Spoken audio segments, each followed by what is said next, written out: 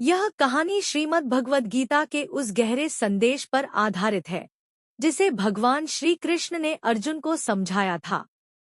जब अन्याय बढ़े तो धर्म की रक्षा के लिए संघर्ष करना ही सच्चा कर्तव्य है। एक छोटे से गांव में वीर नाम का एक सीधा साधा लेकिन साहसी युवक रहता था। वह अपने माता पिता के साथ साधारण जीवन जीता था और हमेशा सच्चाई के रास्ते पर चलता था। गांव में सब उसे पसंद करते थे क्योंकि वह हर किसी की मदद करता था और कभी किसी के साथ गलत नहीं करता था। लेकिन उसी गांव में राघव नाम का एक दबंग आदमी भी रहता था। वह अपनी ताकत और पैसों के दम पर पूरे गांव में डर फैलाता था। वह गरीबों की जमीन छीन लेता, लोगों को धमकाता और जो भी उसके खिलाफ बोलता उसे सजा देता। धीरे धीरे पूरा गांव उससे डरने लगा और किसी में भी उसके खिलाफ खड़े होने की हिम्मत नहीं थी। वीर यह सब देखता था, लेकिन वह भी शुरुआत में चुप रहता था क्योंकि उसे डर था कि कहीं उसके परिवार को कोई नुकसान न हो जाए। एक दिन राघव ने गांव के एक बूढ़े किसान की जमीन जबरदस्ती छीन ली।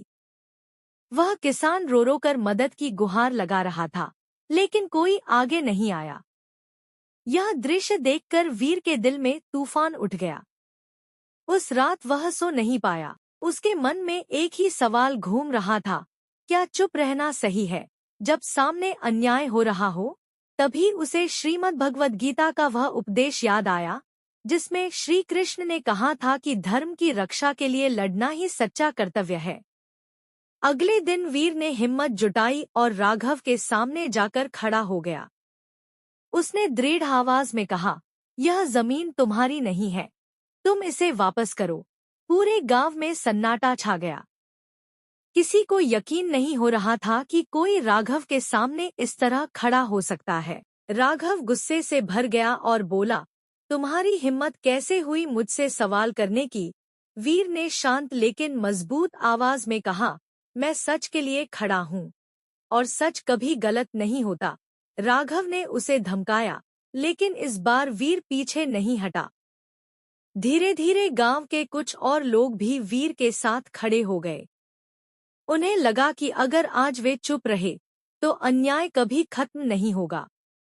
यह देखकर राघव थोड़ा घबरा गया, लेकिन उसने अपनी ताकत दिखाने की कोशिश की।